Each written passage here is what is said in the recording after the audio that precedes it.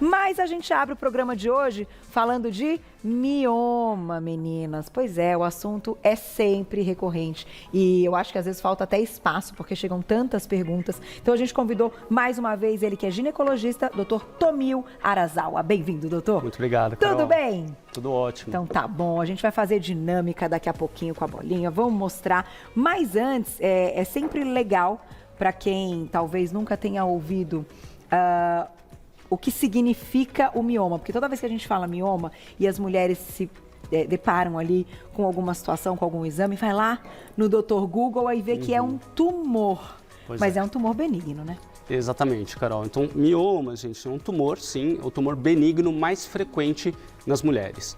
Então, tumor não significa necessariamente maligno, tá? Tumor é qualquer massa que cresça e que não deveria estar crescendo. Pode ser ele benigno ou maligno, mas miomas são nódulos, tumores benignos na pelve, extremamente frequentes nas mulheres. E, doutor, quando a gente fala até dessa frequência, você tem dados, assim, de números? A cada quantas mulheres a gente vai ter aí o acometimento? Sim, Carol. Então, miomas são os nódulos mais frequentes nas mulheres, né? Então, estima-se que até 50% de todas as mulheres, ou seja, metade de todas as mulheres, terão pelo menos um mioma no seu útero. Só que isso varia um pouco de etnia também. Então, se pegarmos, por exemplo, a população afrodescendente, essa porcentagem pode chegar de 70% a 80% das mulheres. Jura? Exatamente. Não sabia. Extremamente comum, tá? E é uma das causas mais comuns aí de sangramentos, então vários sintomas que causam desconforto para as mulheres. Né? Agora, doutor, até para que a gente entenda também, eu sei que vocês têm estudos e cada vez mais a ideia é que a gente consiga responder essa pergunta do porquê do surgimento de algumas questões. Então, que hoje a gente já sabe que pode ser aí um gatilho para o crescimento do mioma. Pois bem, Carol. Então, gente, existem fatores genéticos associados. Então, quando existem antecedentes familiares, mãe, tias, irmãs, que tiveram miomas, essa chance aumenta. Existem fatores hormonais, tá? Geralmente os miomas dependem de hormônios, por isso que eles costumam crescer ao longo da fase reprodutiva das mulheres. Tá? Existem fatores ambientais também, né? Então fatores imunológicos, vários fatores que influenciam o aparecimento e crescimento dos miomas. Então não é um fator único que influencia o aparecimento e crescimento. São vários e por isso que algumas coisas a gente consegue controlar, outras nem tanto, como os fatores herdados a gente não consegue controlar tanto assim. Mas é bem importante que a gente tenha o check-up, porque só dessa forma, então, as mulheres têm uma ideia do quanto ele está evoluindo, crescendo ou atrapalhando alguma situação, porque nem sempre ele vai causar dor, ou ele sempre causa dor. Não, nem sempre. A maioria das mulheres, na verdade, que tem mioma são assintomáticas, né? Não sentem nada e vão descobrir um mioma num ultrassom simples transvaginal de rotina, por exemplo. Tá? Mas, né, se começar a chamar atenção alguma dor, cólica, sangramento menstrual, um influxo aumentado, isso chama atenção porque esses são um dos sintomas mais comuns relacionados ao mioma. E doutor, é verdade que o mioma pode se romper, ele pode estourar nessa cavidade onde ele estiver presente? Mioma geralmente vem do útero, né? Então nessa situação geralmente eles são sólidos, tá, Carol? Eles não têm conteúdo líquido, tá? Entendi. Existem algumas situações, principalmente para miomas que crescem muito rápido, que a camada interna, sem vascularização sanguínea, ele acaba se desfazendo, liquefazendo. Só que não costuma se romper, porque como ele está retido no útero, né, ele fica mais protegido. Tá? Então a gente vê rotura, por exemplo, potencialmente em cistos de ovário, tá? Não em miomas. Em miomas. Então essa preocupação a mulher não precisa ter. Não precisa ter. E vamos então mostrar para o pessoal de casa, a gente já tem um ilustra, né, para passar até para entender, porque já você conta dos tipos de mioma, mas principalmente de onde ele pode ficar, né? Perfeito, gente. Então, os miomas, eles podem aparecer em alguns locais no músculo do útero. Por exemplo, esse mioma que está sendo representado ali, primeiro foi o intramural, que é no músculo do útero. Ele pode ser submucoso também, mais interno ao útero, como por exemplo esse que está aparecendo aí na tela de vocês. Ou ele pode aparecer também na camada mais externa do útero, tá? Que a gente chama de miomas subserosos, tá? De modo geral, quanto mais externo, menos sintomas o mioma dá. Tá? Principalmente dependendo do tamanho. Né? E esse último é o mais externo de todos, que ele é pediculado, ele tem uma travezinha ali que segura o mioma pendurado no útero. E doutor, até para a gente ter o diagnóstico, então, confirmado, quais são os exames de imagem que devem ser feitos? Bom, a gente começa sempre pela avaliação clínica, né? Então, os sintomas já vão direcionar se essa paciente tem uma suspeita ou não para um mioma, alguma coisa que está causando cólicas ou sangramento. Exame físico ginecológico, a gente já consegue perceber o tamanho do útero dessa paciente, então mesmo antes de um exame de imagem, a gente já consegue suspeitar, principalmente para miomas muito grandes, como esse daqui, tá? Isso geralmente é palpável no abdômen da paciente. Tá? Tá. E aí a gente parte para exames mais específicos de imagem, tá? Principalmente o ultrassom transvaginal ou pélvico transvaginal para os pacientes que podem fazer o transvaginal. Em algumas pacientes a gente solicita também a ressonância magnética, porque é um exame mais específico para identificar e isolar aqueles miomas. E doutor, então quando a gente tem o diagnóstico, deve ser feito algo, né? Em que situação, então, as mulheres precisam ter, enfim, pensar num tratamento do mioma? Perfeito. Então, sempre que a gente identifica um mioma, independente do sintoma, né, a primeira recomendação é cuidar do estilo de vida, porque tem vários fatores aí que vão influenciar, como eu falei. A questão imunológica, a questão hormonal. Cuidando dessa parte do estilo de vida, você pode tentar controlar um pouco mais esses fatores, tá? Mas aí vai depender muito do quanto que isso está representando para a saúde da mulher. Tem pacientes que, na maioria das pacientes, como eu falei, vão ser detectados miomas, mas ela não vai ter nenhum sintoma. E basicamente a gente precisa acompanhar essa paciente. Não é necessário tomar nenhum hormônio, nenhum remédio, se o mioma não está afetando negativamente a qualidade de vida dessa paciente ou saúde, tá? E aí sim, para pacientes que estão tendo mais sangramentos, mais cólicas, a gente começa a pensar em tratamentos mais específicos, tá? Que podem ser tanto tratamentos não hormonais, como medicamentos para melhorar um pouco de dor, melhorar um pouquinho o sangramento, até tratamentos hormonais ou eventualmente cirúrgicos em algumas situações. E para as mulheres que estão tentando engravidar, o impacto está realmente no espaço, então, que esse mioma está ali fixo e que acaba inibindo que o embrião consiga se desenvolver? Isso. Para as pacientes que querem engravidar, aí depende muito do tamanho e localização. Mais da localização do que do tamanho, tá, Carol? Então, miomas que a gente mostrou ali, eu vou mostrar aqui um pouquinho para vocês. Esse daqui é uma bolinha que vai representar um mioma, tá, gente? E ele pode, então, conforme aquela ilustração, ele pode estar aqui dentro do útero, no músculo do útero ou na parte mais externa do útero. Quanto mais interno ao útero, que a gente chama de mioma submucoso, maior o impacto. Essa bolinha, para vocês terem ideia, tem mais ou menos 1 centímetro, 2 centímetros. E esse é o tamanho normal de um útero. Então, um mioma de 1 a 2 centímetros dentro do útero, ele compete por espaço com o embrião, né? E ele costuma causar muito sangramento. Então, esse tipo de mioma para mulheres que querem engravidar precisam ser tratados e operados, removidos, para permitir um espaço adequado para o embrião no útero. Caso essa mulher engravide e lá está o mioma, não tem problema. Para miomas submucosos, que são internamente ao útero, pode ter problema sim. Esses miomas aumentam o risco de ou infertilidade, perdas gestacionais, abortamentos e parto prematuro. Tá? Então, miomas submucosos são os que mais impactam negativamente a fertilidade feminina. Tá? Mas depende muito do tamanho também. Né? Se a gente fala de miomas um pouco mais externos, no músculo do útero, por exemplo, essa bolinha aqui tem mais ou menos uns 5 centímetros, tá, gente? Se ele estiver no músculo do útero mesmo, tá, ele vai começar a afetar. E ele vai atrapalhar a implantação do embrião ou aumentar a chance de perdas gestacionais e parto prematuro. Então, dependendo da localização, miomas internamente ao útero, a gente já recomenda a remoção antes da tentativa. Se for intramural, no músculo do útero, a partir de 4 centímetros ele deve começar a atrapalhar. E a partir desse tamanho, então, a gente recomenda também a remoção antes de uma tentativa de gestação. Já, então, a gente fala como é feita a cirurgia, mas já tem perguntinhas do público. Aproveita e estamos ao vivo. Obrigada, Maria, um beijo. Eu tenho um mioma de aproximadamente 1 centímetro. Isso me impedirá de fazer reposição hormonal? Muito bem, Maria. A princípio, 1 centímetro não, mas depende muito da localização, como eu falei. Se esse mioma for submucoso, ou seja, se ele estiver internamente ao útero, pode ser que ele atrapalhe sim, porque esse é um mioma que causa mais sangramento e cólicas, tá? E aí a reposição hormonal pode estimular eventualmente o crescimento desse mioma, dependendo de como for feito, tá? Se ele for mais externo e se você não está sentindo nada, não tem sangramento, a princípio não, aí você pode ficar bem tranquila. Não é uma contraindicação? Não. Tem mais perguntinha, olha lá. Obrigada, Nina, um beijo. Para quem fez a laqueadura, os riscos de um mioma aumentam? Já possui histórico familiar de mioma?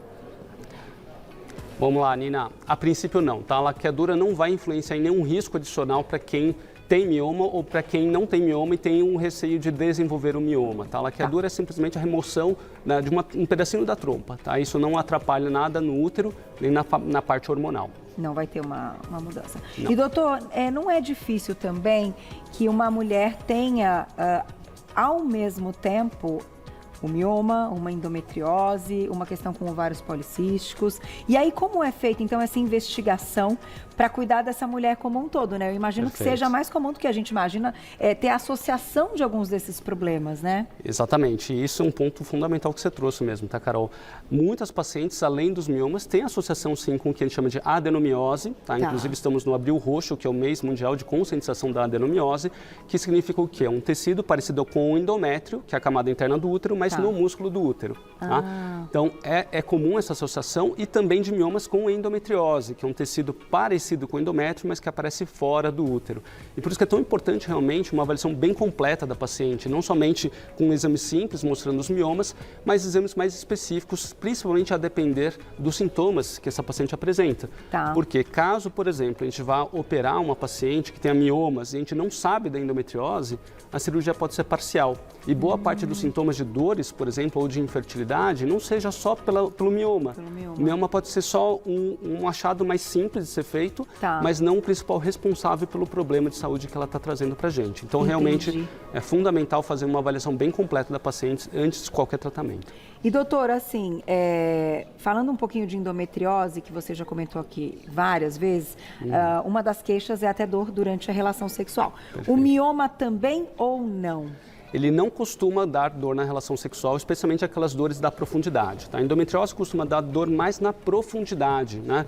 Quando principalmente tem uma penetração mais nessa direção, ó, no fundo da vagina, atrás do útero, tá, gente? Miomas geralmente não causam esse tipo de dor. É uma dor mais em cólicas, principalmente na menstruação. Então, se você tem um sintoma além de cólica, sangramento, mas também dor na relação, é importante investigar e descartar também endometriose. Tem mais perguntinha, olha lá. Obrigada, Dayana, um beijo. A partir de quantos centímetros um mioma é considerado grande? O intramural, é isso? Intramural. Também pode causar sangramento e dores? Muito bem, Dayana. O tamanho de um mioma para ser considerado grande depende da localização também. Tá? Então, um mioma, por exemplo, de 2 centímetros dentro do útero, considerado submucoso, ele já é considerado grande. Tá? Se for um mioma de 4 centímetros para cima, no intramural, por exemplo, que foi a situação que você trouxe, ele já é considerado moderadamente grande. Tá? Então, ele costuma, sim, nessa situação, causar cólicas e sangramento. Tá? E aí a gente começa a pensar nos tratamentos cirúrgicos mais específicos. E, de qualquer forma, né, doutor, falando de mioma, como você disse, até 50% é um número muito alto quando a gente está falando aí de uma incidência. Então, é claro que acaba sendo individual, cada escolha do tratamento, né? Mas, como é algo que vocês também não têm a certeza do gatilho que traz o mioma, após uma cirurgia, por exemplo, o mioma pode voltar no mesmo lugar? Bom, pois bem, então, aquele mioma que nós removemos, não. Tá, Carol? Mas quem já tem miomas tem mais predisposição para aparecer outros miomas. Então, cada mioma, né, independente do tamanho, ele cresceu como uma célula única que estava lá no útero e começou a se desenvolver como um nodulinho, uma bolinha, que foi crescendo progressivamente. Quando a gente remove, aquele mioma não volta, mas podem aparecer outros. Mas ele cresce porque ele tem ali uma irrigação sanguínea? Sim. De crescimento. Isso, o útero, né, é um órgão extremamente vascularizado, recebe muito sangue, até para poder, né, permitir uma gestação. Sim. Na gestação, o útero cresce, nutre o bebê inteiro através da placenta. Tá? Então, sim, esse mioma vai recebendo não só fluxo sanguíneo, tá, mas também hormônios, porque no sangue vem todo o resto, né? Vem hormônios, vem nutrientes.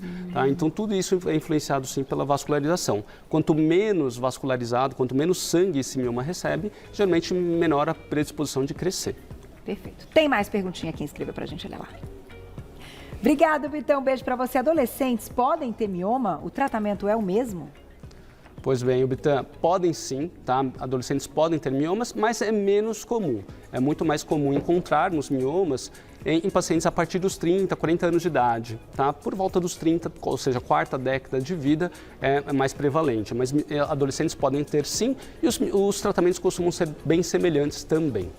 Doutor, como é que é a cirurgia? Conta pra gente. Pois bem, atualmente a gente recomenda cirurgias minimamente invasivas para os pacientes que têm miomas. Mesmo para miomas desse tamanho, por exemplo. É possível? É possível. Esse mioma tem, essa bolinha tem mais ou menos uns 8 centímetros de diâmetro aproximadamente, tá? Então, mesmo com pequenos furinhos, que a gente chama de cirurgia laparoscópica ou a cirurgia robótica, que é uma evolução da laparoscopia, é possível remover esses miomas, tá? Só que com miomas tão grandes, né, miomas grandes assim não saem através de um furinho pequeno, como um furinho de 1 centímetro no umbigo. E a gente precisa fragmentar esse mioma protegido lá dentro do abdômen para que isso não se contamine internamente, tá? Mas é possível remover diversos miomas. Tem cirurgias que a gente remove lá 10, 20 miomas por via laparoscópica, tá? E de forma muito mais tranquila também para paciente no pós-operatório, porque a cirurgia convencional, que é aquele corte, né, de mais ou menos 15 centímetros, como se fosse a cesariana, gera muito mais dor. O paciente geralmente tem muito mais restrições no pós-operatório. A minimamente invasiva é uma semana, parece que não teve nada. Fica super bem. Né, doutor? Isso. Coisa boa. Vamos lá que tem mais perguntinha do público. Aproveitem, estamos ao vivo. Ó, começar a semana com tudo, hein? Valéria, obrigada, um beijo. Entrando na menopausa, eles desaparecem? Vamos lá, Valéria. De modo geral, não, a não ser que eles sejam muito pequenos, tá? Então, miomas muito pequenininhos, aí, com menos de 1 centímetro, podem sim reduzir a ponto de não serem mais visíveis nos exames de imagem, tá? Mas miomas grandes, por exemplo, um mioma de 8 centímetros, ele pode reduzir até 30%, 50% do seu volume, significa aí de 8 centímetros passar por uns 6 centímetros mais ou menos, tá? De diâmetro, né? Depois da menopausa. Por quê? O que acontece na menopausa? Existe uma parada de produção dos hormônios estrogênios pelos ovários. E com isso, né, acaba a principal influência de crescimento desses miomas, da endometriose, da adenomiose, que são esses hormônios, tá? Então, eles tendem, sim, a reduzir o tamanho.